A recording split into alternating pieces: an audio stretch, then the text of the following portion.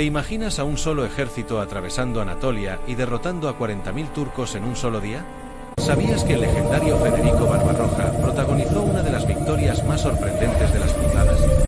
En este vídeo descubriremos cómo la batalla de Iconio cambió el rumbo de la Tercera Cruzada y por qué aún hoy sigue siendo un ejemplo de estrategia militar arrolladora.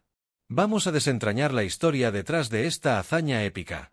¿Cómo llegó Europa a un punto en el que un emperador como Federico Barbarroja sintió que debía cruzar medio continente para enfrentarse al poder turco en pleno corazón de Anatolia?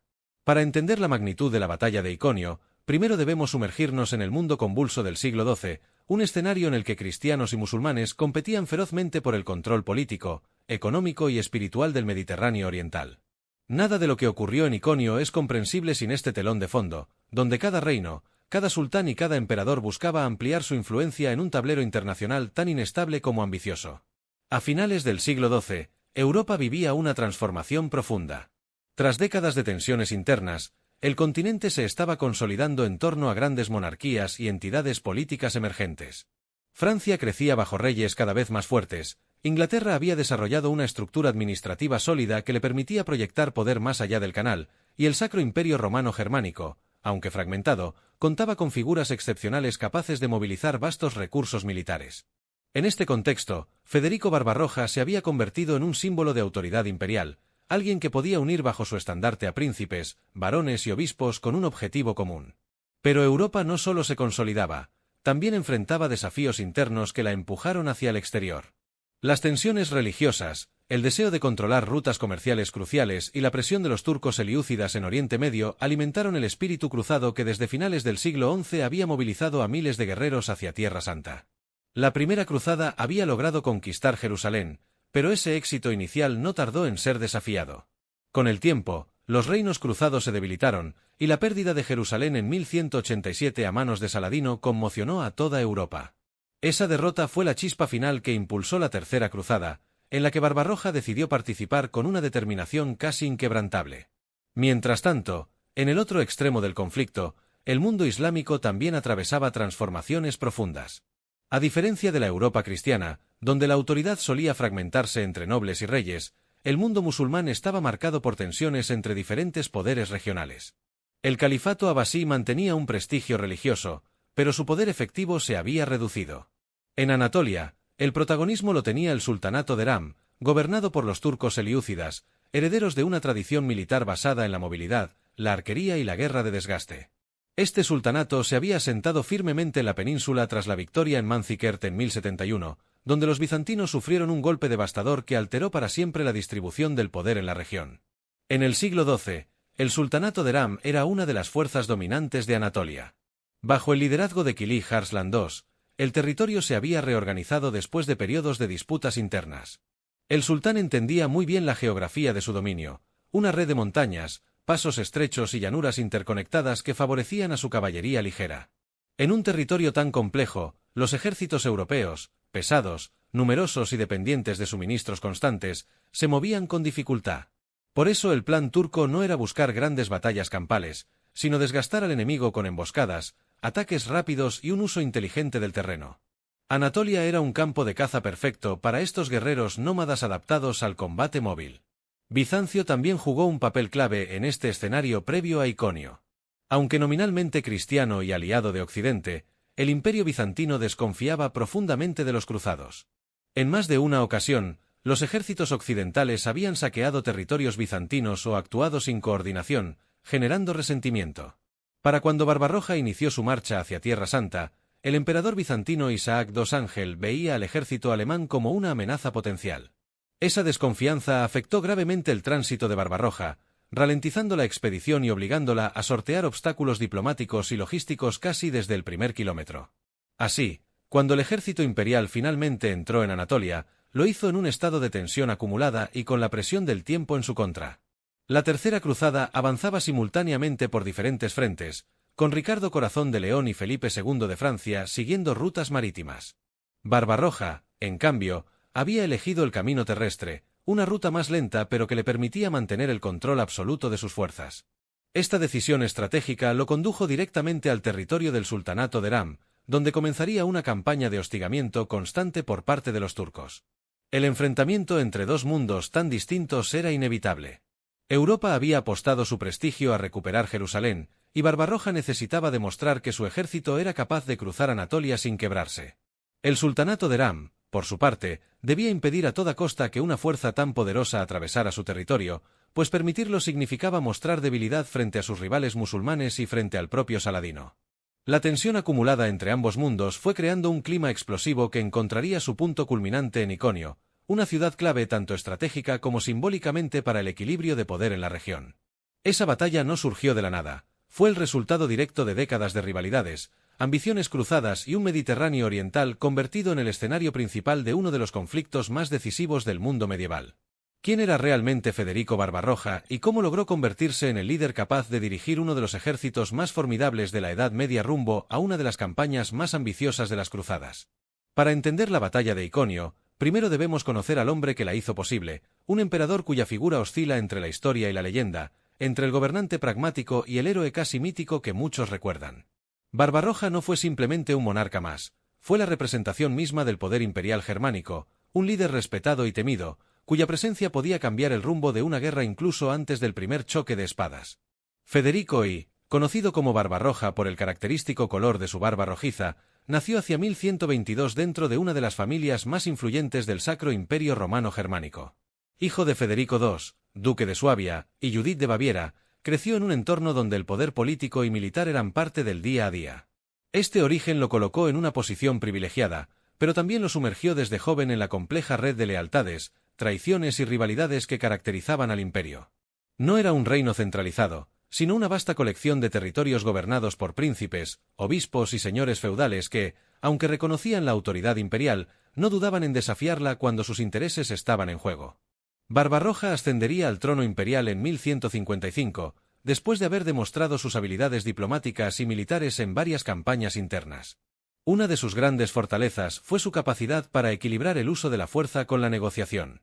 Sabía cuándo actuar con dureza y cuándo recuperar aliados mediante acuerdos políticos. Este talento lo ayudaría enormemente durante su reinado. A diferencia de otros monarcas medievales que dependían casi por completo de la fuerza militar, Barbarroja entendía que gobernar el Sacro Imperio requería construir una red de fidelidades lo suficientemente sólida como para mantener el equilibrio entre tantos centros de poder. Desde el inicio de su reinado, Federico se propuso restaurar el prestigio de la autoridad imperial en Italia, un territorio fundamental tanto por su riqueza económica como por su simbología política. La ciudad de Roma, sede del papado, era un foco de conflicto constante. Las tensiones entre emperadores y papas venían de siglos atrás, y Barbarroja heredó esa rivalidad. Su objetivo era reafirmar su autoridad como heredero legítimo de los emperadores romanos, mientras que el papado buscaba limitar ese poder. Esto generó múltiples campañas en Italia, donde Barbarroja luchó contra ciudades-estado como Milán, que se resistían al dominio imperial. Estas operaciones no solo fortalecieron su reputación militar, sino que también lo consolidaron como una figura de autoridad indiscutible. Las campañas italianas demostraron su capacidad para organizar ejércitos enormes, coordinar logística a gran escala y mantener la disciplina entre tropas procedentes de territorios muy diversos. No era fácil dirigir un ejército formado por contingentes de distintos principados, cada uno con sus propios intereses y tradiciones militares. Sin embargo, Barbarroja lo conseguía gracias a una mezcla de carisma personal, firmeza política y prestigio acumulado a lo largo de años de victorias. Pero su reinado no se limitó a guerras.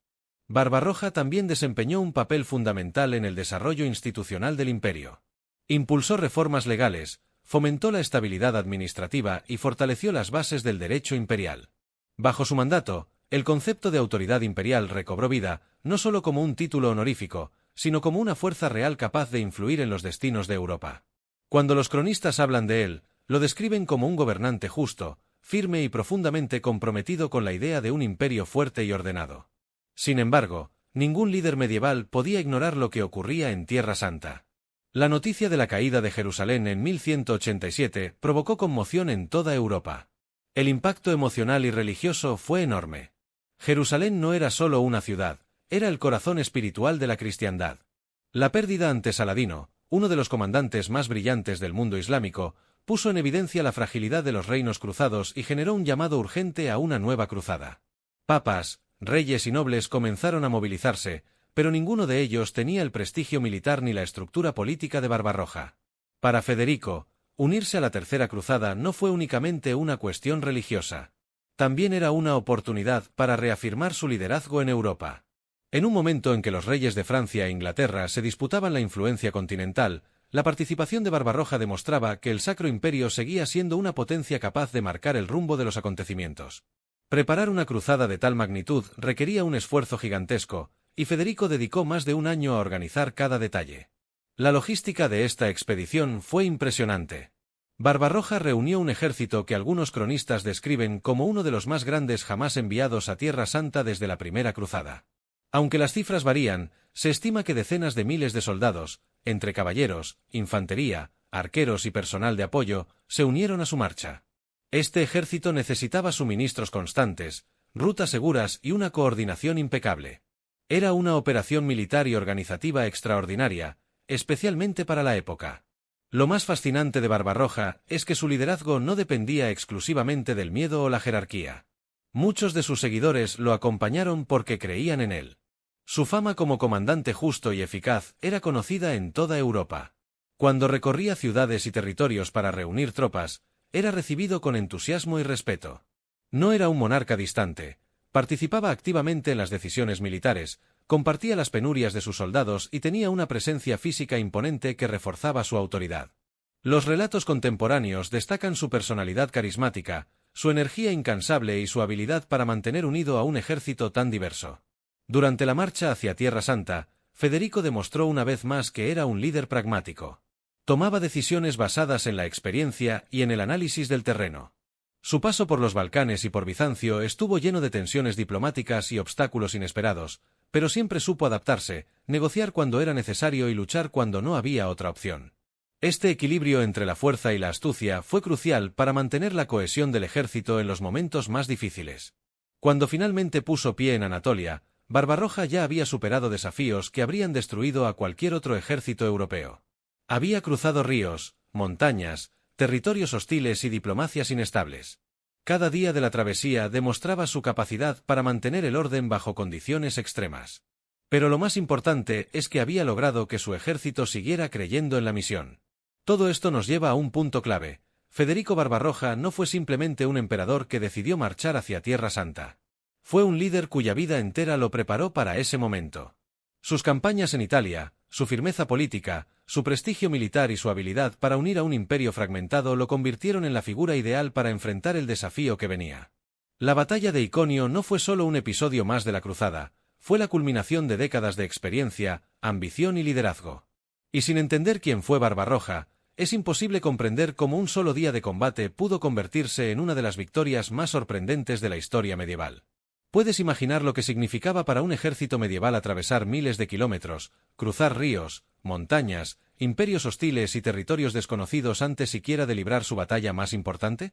El camino que siguió Federico Barbarroja hacia Tierra Santa fue una auténtica odisea militar, un viaje que puso a prueba no solo la resistencia física de su ejército, sino también su capacidad de organización, su disciplina y su fe en la misión de la Tercera Cruzada. Lo que ocurrió antes de la batalla de Iconio es tan épico y determinante como la propia batalla, porque sin esta travesía, Barbarroja jamás habría llegado al corazón del sultanato de Eram. La expedición comenzó en 1189, cuando Barbarroja movilizó a su ejército desde Alemania con una determinación absoluta. No era un simple grupo de cruzados, era un ejército disciplinado, estructurado y formado por contingentes de distintos principados del Sacro Imperio Romano Germánico. Caballeros, infantes, arqueros, ingenieros, clérigos y suministradores formaban una columna inmensa que avanzaba como una maquinaria bien coordinada. Cada soldado conocía su papel, y cada sección tenía una función precisa. Este nivel de organización sería fundamental para sobrevivir al viaje. El primer tramo llevó al ejército a través del Reino de Hungría, gobernado por el rey Bela III, un monarca favorable a la causa cruzada. A diferencia de otras etapas del viaje, esta parte fue relativamente tranquila. Barbarroja se comportó con disciplina y respeto hacia los territorios que atravesaba, algo que generaba confianza entre los líderes locales y facilitaba el paso de su enorme compañía. La diplomacia de Federico, cultivada durante décadas de gobierno, daba resultados inmediatos. Las puertas se abrían, los mercados ofrecían víveres y las autoridades actuaban como aliadas en lugar de obstáculos. El verdadero reto comenzó al llegar a los Balcanes.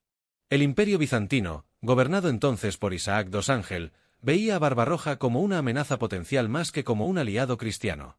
Los bizantinos recordaban incidentes pasados en los que otros cruzados habían saqueado ciudades o ignorado acuerdos diplomáticos. Esa desconfianza se transformó en una tensión palpable. Los mensajeros imperiales retrasaban respuestas, las rutas se desviaban intencionalmente y no era raro que los guías asignados por Bizancio intentaran llevar al ejército por caminos más difíciles o más lentos. Barbarroja, sin embargo, no era un líder que se dejara intimidar fácilmente. Sabía cuándo presionar diplomáticamente y cuándo avanzar con firmeza. En varios momentos, tuvo que recordar a Isaac que su ejército avanzaba con una misión aprobada por la cristiandad y que obstaculizarlo sería visto como una traición a la propia causa. Aún así, la tensión nunca desapareció del todo. La travesía por los Balcanes estuvo marcada por escasez de suministros, negociaciones permanentes y fricciones que amenazaron con estallar en violencia abierta. Cuando el ejército cruzó finalmente el Bósforo hacia Asia Menor, parecía que la parte más tensa del viaje había quedado atrás. Pero en realidad, estaba a punto de comenzar la etapa más peligrosa. Ahora los cruzados estaban lejos de casa, lejos de aliados confiables y entrando directamente en el territorio controlado por el sultanato de Eram.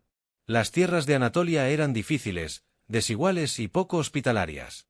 Los caminos eran escasos, las montañas abruptas y las llanuras demasiado abiertas. Era un territorio que favorecía las tácticas turcas, basadas en emboscadas, ataque sorpresa y hostigamiento constante a larga distancia. Pronto, el ejército alemán comenzó a sufrir los primeros embates de la guerra de desgaste. La caballería ligera turca, experta en lanzar flechas mientras cabalgaba a gran velocidad, atacaba las columnas de aprovisionamiento, interrumpía el avance y forzaba a los cruzados a mantenerse constantemente en formación defensiva. La disciplina alemana evitó desastres. Barbarroja había entrenado a su ejército para enfrentar este tipo de amenazas. Sus tropas eran capaces de formar muros de escudos rápidamente, de reagruparse bajo presión y de proteger a sus caballeros pesados hasta encontrar el momento adecuado para contraatacar. Pero no todo era cuestión de habilidad militar. La logística se convirtió en un desafío colosal. El calor sofocante de Anatolia, la escasez de agua y los largos trayectos sin lugares adecuados para acampar comenzaban a desgastar el ánimo de los soldados. La moral podía quebrarse en cualquier momento, y los turcos lo sabían. Por eso intensificaban sus ataques en los momentos más críticos, cuando el ejército estaba sediento, cuando subía una colina o cuando atravesaba un paso estrecho. Barbarroja tuvo que tomar decisiones rápidas y duras, como dividir temporalmente sus fuerzas para avanzar más rápido y encontrar agua, o forzar marchas largas para escapar de zonas especialmente peligrosas. En medio de este hostigamiento constante, Federico mantuvo la cohesión de su ejército mediante un liderazgo cercano. Cabalgaba entre sus hombres, hablaba con los oficiales, inspeccionaba las formaciones y demostraba que estaba dispuesto a compartir los riesgos y las penurias. Esta actitud reforzaba la moral. Los soldados sabían que su emperador no los abandonaría, que no daría una orden que él mismo no estuviera dispuesto a cumplir. A lo largo de Anatolia, el ejército alemán logró varias victorias menores, repeliendo ataques turcos en escaramuzas que iban debilitando las tácticas de desgaste del enemigo. Sin embargo, estaba claro que para continuar avanzando hacia Tierra Santa debían tomar una decisión estratégica: atacar directamente Iconio, la capital del sultanato de Eram. Esa ciudad no solo era un importante centro militar y logístico, sino que también representaba el corazón del poder de Kilij Arslan II. Mientras Iconio se mantuviera firme, el hostigamiento turco no cesaría. Así, después de semanas de campaña extenuante, Barbarroja tomó la decisión definitiva. Avanzarían hacia Iconio, romperían el cerco de hostigamiento y obligarían al sultán a enfrentarse en una batalla abierta. El ejército, agotado pero aún disciplinado, siguió a su líder hacia lo que sería uno de los enfrentamientos más sorprendentes de las cruzadas.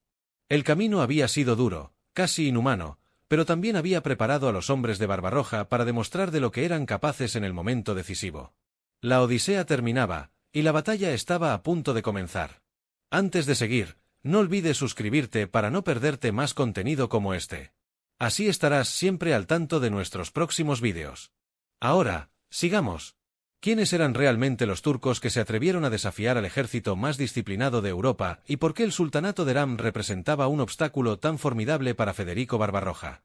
Antes de adentrarnos en la batalla de Iconio, es fundamental entender a fondo quiénes gobernaban Anatolia, cómo luchaban y qué objetivos tenían cuando el colosal ejército alemán irrumpió en sus territorios. Porque si Barbarroja fue un líder excepcional, sus adversarios tampoco eran improvisados. eran herederos de una tradición militar temible, expertos en explotar el terreno y maestros en la guerra de movilidad.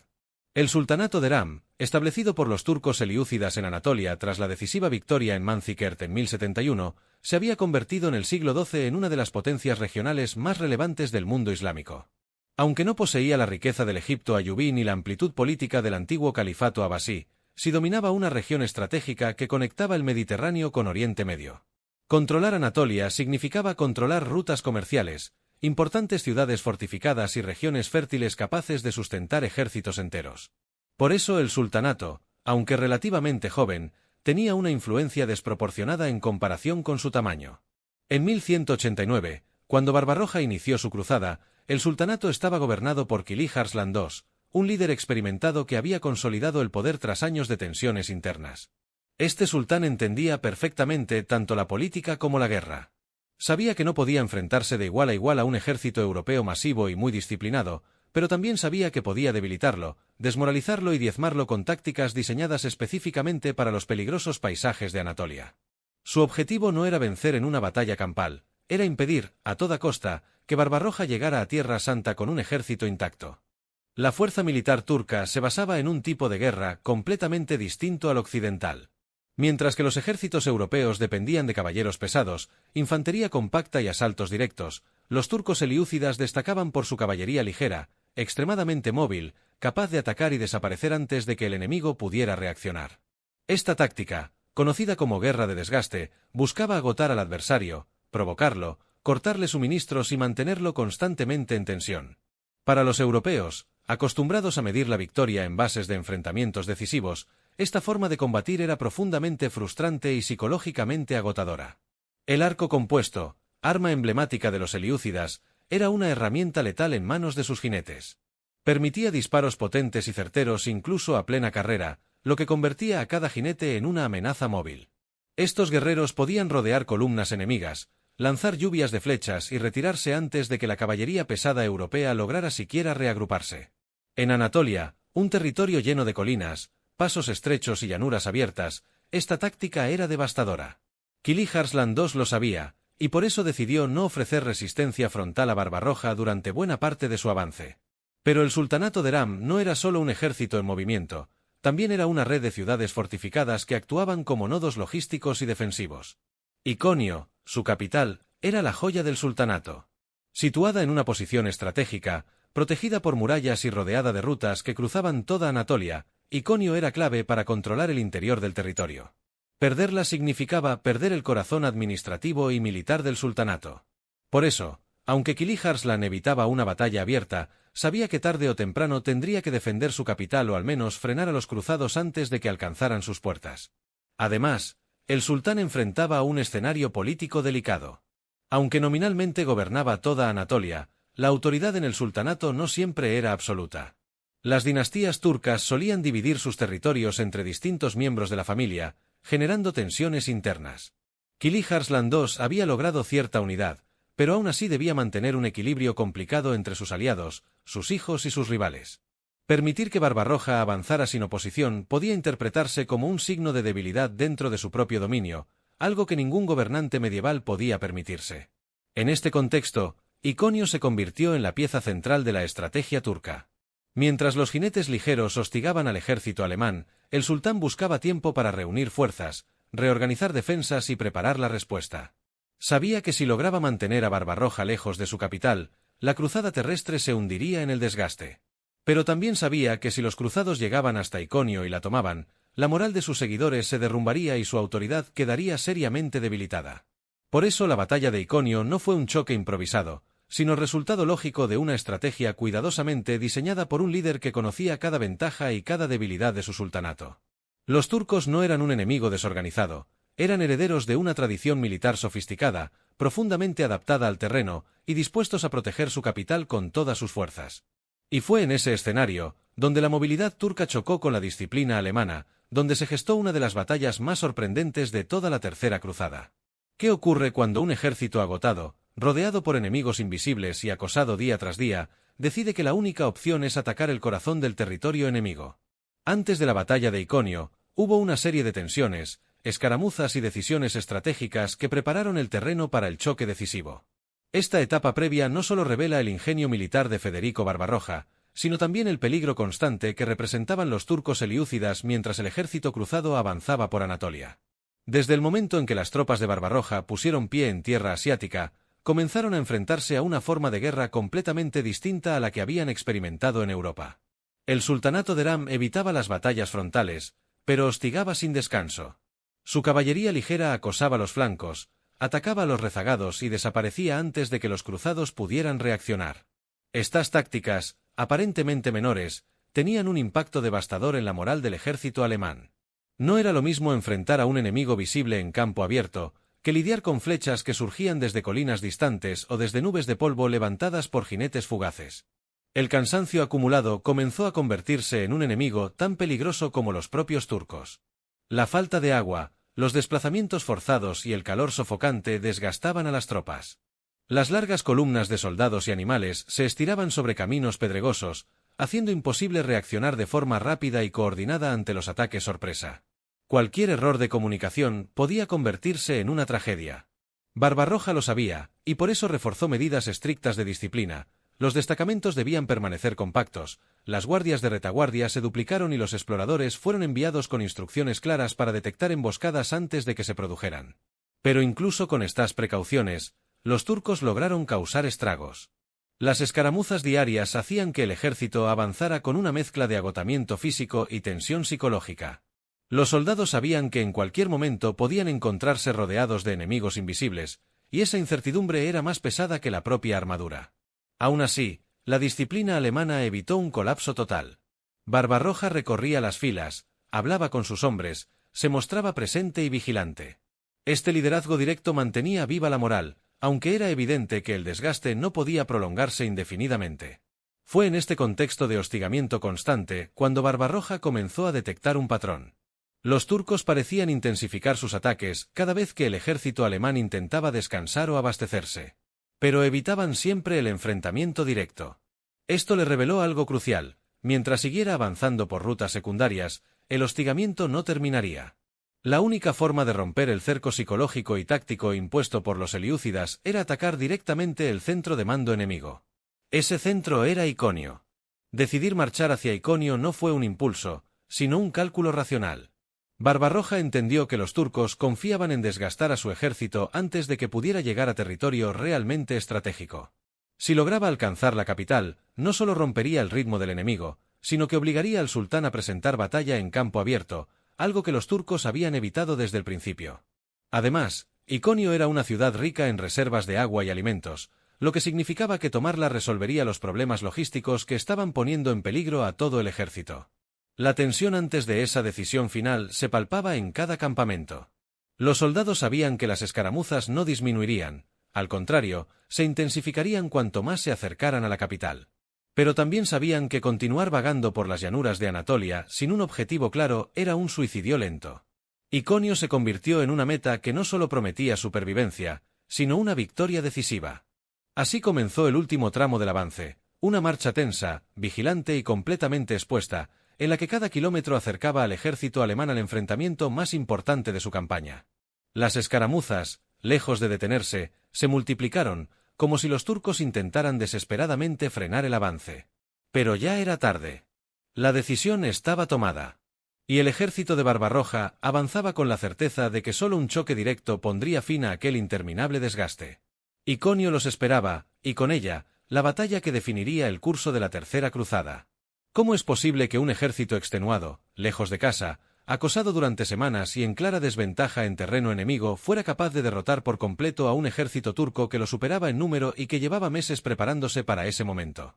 La batalla de Iconio no solo es uno de los enfrentamientos más sorprendentes de la Tercera Cruzada, sino también una lección magistral de estrategia, disciplina y liderazgo. Para entender por qué ocurrió lo que ocurrió y cómo un solo día de combate cambió la dinámica de toda una cruzada, debemos adentrarnos paso a paso en cada fase del enfrentamiento. Cuando Federico Barbarroja decidió marchar directamente hacia Iconio, lo hizo sabiendo que estaba forzando la mano del sultán Kilij Arslan II. Los turcos llevaban semanas hostigando al ejército alemán con tácticas de desgaste, pero no podían permitir que la capital del sultanato cayera. Iconio era el corazón político y militar del sultanato de Eram. Perderla significaba perder prestigio, autoridad y control territorial. Así que mientras Barbarroja avanzaba, Kilij Arslan reunía tropas provenientes de distintos puntos de Anatolia. Estos refuerzos incluían caballería ligera seliúcida, arqueros montados, infantería local y milicias de defensa urbana.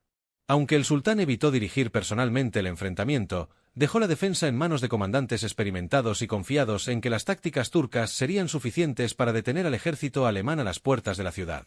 Lo primero que debemos entender es la disposición inicial de ambas fuerzas. El ejército alemán, aunque desgastado, estaba compuesto por tropas disciplinadas formadas en décadas de experiencias militares europeas. Sus caballeros pesados eran temidos en todo el continente, y su infantería sabía formar muros de escudos capaces de resistir embates prolongados. Los turcos, por su parte, contaban con una enorme ventaja numérica y con un dominio total del terreno. Estaban posicionados alrededor de Iconio y en los accesos a la ciudad, preparados para cortar el avance alemán desde varios ángulos. Su objetivo era sencillo: desgastar a los cruzados antes de que alcanzaran las murallas, obligando al ejército a dividirse y dispersarse. La ciudad de Iconio se encontraba en una llanura relativamente abierta, rodeada por colinas y caminos estrechos que conducían hasta sus puertas. Esto permitía a los turcos atacar desde múltiples direcciones y retirarse rápidamente si lo necesitaban. Para Barbarroja, sin embargo, esa geografía presentaba una oportunidad. Podía organizar una formación compacta, avanzar como una masa unificada y obligar al enemigo a enfrentarlo frontalmente, donde la caballería pesada alemana podía causar estragos. La batalla comenzó temprano en la mañana del 18 de mayo de 1190. Cuando el ejército alemán emergió en las proximidades de Iconio, los turcos lanzaron de inmediato una serie de ataques coordinados desde los flancos. La caballería ligera seliúcida, famosa por su movilidad, se lanzó como un torbellino alrededor de la formación alemana, lanzando flechas desde la distancia, intentando romper las líneas y generar caos. Era la misma táctica que habían utilizado durante semanas, pero ahora con más intensidad, más tropas y una urgencia total. La idea era clara: impedir que Barbarroja reorganizara su ejército para el asalto final. Aquí es donde la disciplina alemana jugó un papel decisivo. Lejos de desmoronarse ante el asalto turco, el ejército de Barbarroja se reagrupó formando un núcleo compacto. La infantería creó una muralla defensiva, mientras los caballeros permanecían aguardando el momento adecuado para cargar. Durante horas, esta formación avanzó lentamente bajo una lluvia constante de flechas. Los turcos atacaban y se retiraban, esperando ver algún punto débil, algún hueco por el que colarse. Pero Barbarroja había entrenado a sus hombres para este tipo de situaciones. La clave era no romper filas. Y no las rompieron. A medida que la presión aumentaba, Barbarroja tomó una decisión audaz: dividiría su ejército en dos grupos principales. El primero, dirigido por su hijo Federico de Suabia, avanzaría directamente hacia las fuerzas turcas situadas frente a Iconio. El segundo, dirigido por él mismo, flanquearía la ciudad para cortar las rutas de retirada y atacar desde una posición inesperada. Esta maniobra, arriesgada pero brillante, fue posible porque Barbarroja confiaba plenamente en la disciplina y la solidez de sus tropas. Cuando el contingente de Federico de Suabia avanzó, lo hizo con una contundencia sorprendente. La infantería alemana avanzó como un bloque de hierro, empujando a los turcos hacia la ciudad. La caballería pesada, que había esperado pacientemente su momento, cargó con una fuerza devastadora. Los turcos no estaban preparados para un asalto frontal tan contundente. Acostumbrados a hostigar y retirarse, no tenían formaciones sólidas para resistir la embestida de caballeros acorazados. La carga alemana abrió brechas en las líneas turcas. Los arqueros montados, incapaces de mantener la presión ante un enemigo tan cercano, comenzaron a dispersarse. Esto desencadenó una reacción en cadena. La defensa turca empezó a quebrarse y los cruzados, viendo la oportunidad, aceleraron el avance. Mientras esto ocurría, Barbarroja dirigía su propio contingente hacia otro punto clave del campo de batalla. Su objetivo era tomar los accesos laterales a la ciudad, rodeando a los defensores y limitando su capacidad de reorganización. Este movimiento, perfectamente sincronizado, generó una situación crítica para los turcos. Ya no estaban hostigando a un ejército en marcha, estaban siendo empujados hacia su propia capital. Y con cada minuto que pasaba, el cerco se cerraba más. La ciudad de Iconio, que debería haber sido su fortaleza, se convirtió en una trampa. Los combates alrededor de las murallas fueron intensos. Aunque los turcos intentaron reforzar las puertas y formar nuevas líneas defensivas, la presión alemana era abrumadora. La infantería cruzada avanzaba con un ritmo constante, protegida por las armaduras pesadas y por escudos que absorbían los impactos de flechas y lanzas. La caballería penetró finalmente en la zona urbana exterior, derrotando a los defensores y forzando la retirada hacia el interior. Una vez dentro de la periferia de Iconio, la batalla cambió de tono. Ya no era un combate de campo abierto, sino un enfrentamiento urbano, caótico y desesperado. Los alemanes se movían en grupos organizados, limpiando las calles una por una, desalojando los arqueros turcos de los tejados y tomando control de los puntos estratégicos. Los turcos, acostumbrados a la movilidad del campo de batalla, se encontraron limitados en su maniobrabilidad dentro de los espacios estrechos de la ciudad. Mientras tanto, Barbarroja logró tomar el control del campamento turco situado fuera de las murallas, asegurando una victoria logística crucial. Al capturar el campamento, los alemanes se hicieron con agua, víveres y recursos que necesitaban desesperadamente. Esto no solo mejoró la situación inmediata del ejército, sino que también derrumbó la moral turca, pues significaba que habían perdido el control tanto del exterior como del interior de Iconio. En cuestión de horas, la defensa turca colapsó por completo. Los comandantes locales, viendo que no podían mantener la posición, ordenaron una retirada desorganizada hacia las zonas más seguras del sultanato. Iconio, que había sido el orgullo del sultanato de Eram, caía en manos de Barbarroja y su ejército. La victoria alemana fue tan contundente que muchos cronistas medievales afirmaron que Barbarroja había derrotado a 40.000 turcos en un solo día. Aunque esta cifra es probablemente exagerada, refleja la magnitud del impacto psicológico y militar de la batalla. Lo que sí es indiscutible es que la derrota turca fue aplastante. Pero ¿cómo logró Barbarroja una victoria tan completa en un territorio tan hostil y contra un enemigo que conocía cada rincón del terreno? La respuesta está en su disciplina, su audacia estratégica y su capacidad para adaptarse a un estilo de guerra completamente distinto al europeo. La decisión de dividir sus fuerzas, la sincronización de las cargas, la firmeza de la infantería bajo presión y la dirección personal que ejerció en plena batalla fueron factores que transformaron lo que podría haber sido una derrota en una de las victorias más impresionantes de toda la Tercera Cruzada. En Iconio, Barbarroja no solo venció a un ejército enemigo, venció al desgaste, a la fatiga, a la deshidratación, a la incertidumbre y al miedo. Fue la culminación perfecta de una marcha épica que parecía destinada al desastre, pero que terminó convirtiéndose en una demostración increíble de poder militar. Sin embargo, aunque la victoria en Iconio abrió el camino hacia Tierra Santa, también marcó el último gran triunfo de Barbarroja. Pocos días después, el destino daría un giro inesperado que cambiaría para siempre el rumbo de la cruzada. Pero esa es otra historia. ¿Realmente Federico Barbarroja aplastó a 40.000 turcos en un solo día, o estamos frente a una de esas cifras épicas que los cronistas medievales solían inflar para engrandecer las hazañas de sus héroes? Para entender la magnitud real de la batalla de Iconio, es necesario analizar no solo la cifra, sino también las fuentes, el contexto y lo que era posible en términos militares durante la Edad Media. Porque, aunque la victoria fue contundente, las matemáticas de la batalla no siempre coinciden con la narrativa heroica. Primero, debemos recordar que las fuentes medievales rara vez son objetivas. Los cronistas europeos escribían para impresionar a sus lectores, justificar una cruzada o elevar a sus líderes a la categoría de héroes casi legendarios. En este contexto, multiplicar o exagerar el número de enemigos derrotados era una práctica común. Decir que Barbarroja había derrotado a 40.000 turcos no solo lo convertía en un campeón cristiano, sino que también enviaba un mensaje de intimidación a otros adversarios. Era una forma de consolidar prestigio político y religioso. Pero, dejando a un lado las exageraciones, ¿qué sabemos con mayor certeza? La mayoría de los historiadores modernos coinciden en que el ejército turco que defendió Iconio era numeroso, pero no necesariamente tan grande como afirman algunas crónicas. Es probable que la fuerza total, sumando milicias urbanas, refuerzos regionales y la caballería ligera selyúcida, rondara varios miles de hombres, pero no decenas de miles. La cifra de 40.000 puede representarse mejor como una metáfora del tamaño del desafío y del impacto psicológico de la victoria alemana que como un dato literal. Sin embargo, es importante no minimizar el logro. Incluso si las cifras reales eran menores, Barbarroja derrotó a un enemigo que tenía todas las ventajas del terreno, que llevaba semanas hostigándolo y que defendía una capital fuertemente protegida. La victoria fue rápida, decisiva y fulminante. Y eso, en términos militares, es tan impresionante como cualquier número escrito en los cronicones de la época. Lo que sí está claro es que Iconio fue una de las victorias más aplastantes de la campaña. Los turcos fueron expulsados de sus posiciones, la ciudad cayó en manos de los cruzados y el ejército alemán obtuvo suministros vitales para continuar su avance.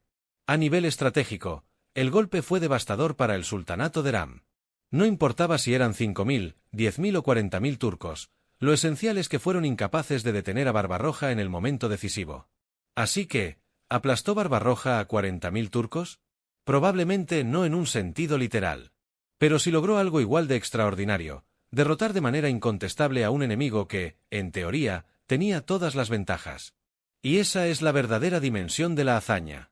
¿Qué ocurre después de que un ejército exhausto logra una de las victorias más sorprendentes de toda la Tercera Cruzada? ¿Qué impacto real tuvo la caída de Iconio en el destino de Barbarroja y en el equilibrio de poder del Mediterráneo oriental? La batalla terminó en cuestión de horas, pero sus consecuencias resonaron durante semanas, meses e incluso años, redefiniendo el curso de la cruzada y golpeando profundamente al sultanato de Eram. La primera consecuencia inmediata fue la recuperación física y moral del ejército alemán. Tras semanas de hostigamiento, hambre y escasez de agua, los cruzados se encontraron de pronto dueños de una ciudad repleta de recursos.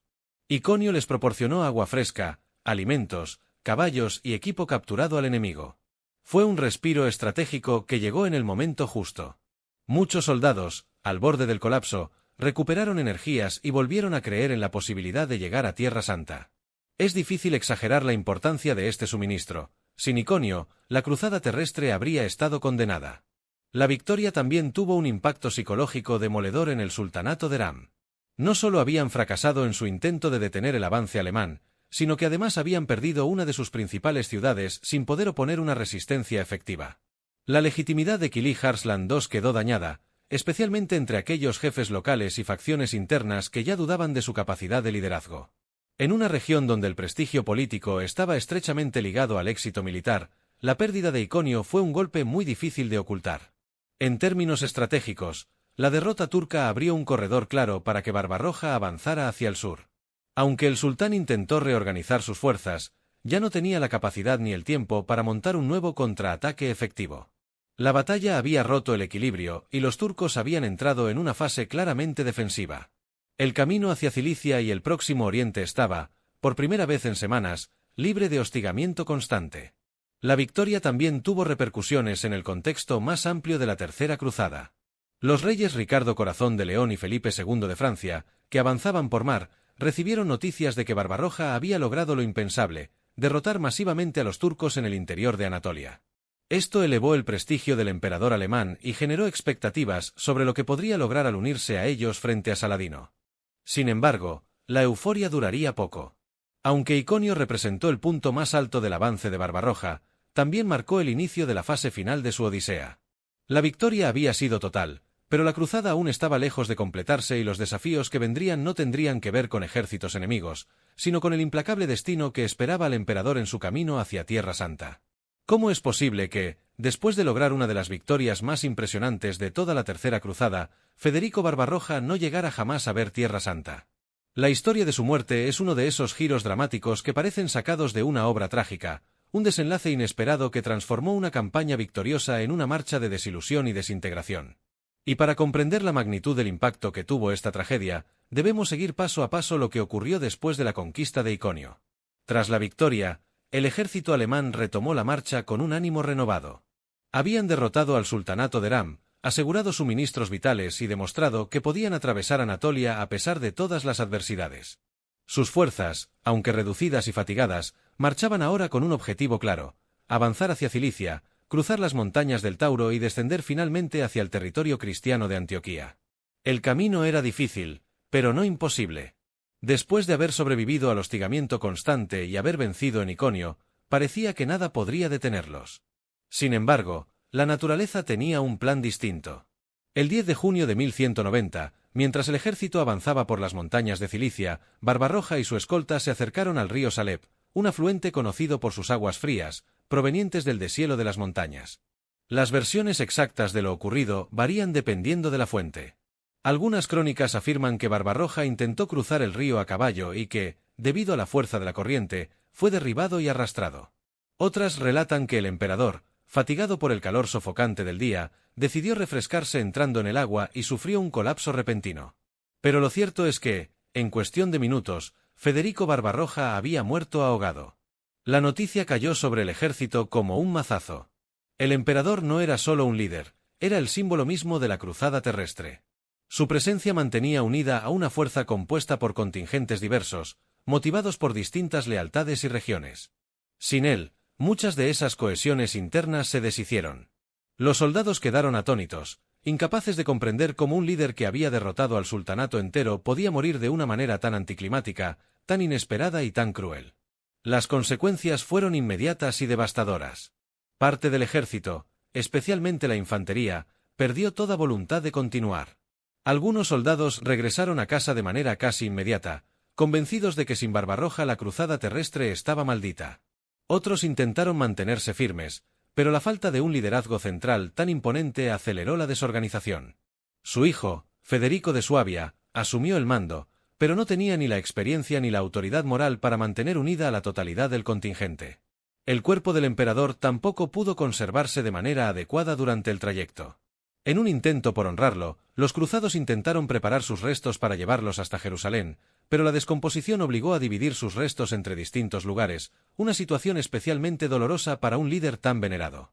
Su corazón y huesos terminaron en diferentes santuarios, un destino simbólicamente fragmentado, reflejo de lo que le sucedió a su ejército. El efecto en la Tercera Cruzada fue enorme. Con la muerte de Barbarroja, la fuerza europea más disciplinada y peligrosa desapareció como actor principal de la campaña. Cuando finalmente algunos supervivientes llegaron a Tierra Santa, su número era tan reducido que apenas pudieron desempeñar un papel secundario junto a Ricardo Corazón de León. Lo que había podido ser una cruzada terrestre decisiva se desvaneció por completo. Así, la muerte de Barbarroja no solo marcó el fin de un líder legendario, sino también el colapso de la mayor esperanza militar que tenía Occidente para recuperar Jerusalén por tierra. Fue el giro más inesperado de toda la cruzada. El héroe victorioso, invencible ante ejércitos enteros, sucumbió ante un simple río. Y con él, se ahogaron también las aspiraciones de miles de cruzados que habían puesto toda su fe en su liderazgo. ¿Cómo puede un líder que murió antes de llegar a Tierra Santa seguir siendo recordado como uno de los emperadores más poderosos, respetados y legendarios de toda la Edad Media? El legado de Federico Barbarroja y el impacto de la batalla de Iconio no terminan con su muerte en el río Salep. De hecho, su figura creció con el paso del tiempo hasta convertirse en un símbolo de autoridad, fuerza y determinación que marcó profundamente la historia europea. Uno de los aspectos más fascinantes del legado de Barbarroja es cómo su nombre se convirtió en sinónimo de un emperador justo, fuerte y casi mítico. En el Sacro Imperio Romano Germánico, las generaciones posteriores lo recordaron como el gobernante que intentó restaurar la grandeza del imperio, alguien que luchó contra rebeliones internas, resistió presiones del papado y unificó a príncipes feudales bajo un liderazgo firme y respetado. Su muerte repentina no disminuyó su prestigio, sino que lo engrandeció.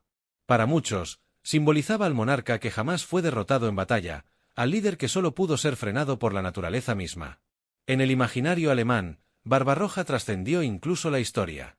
Surgió la leyenda de que no había muerto realmente, sino que dormía en el interior de una montaña, esperando el momento en que Alemania necesitara de nuevo a su héroe para restaurar la grandeza perdida.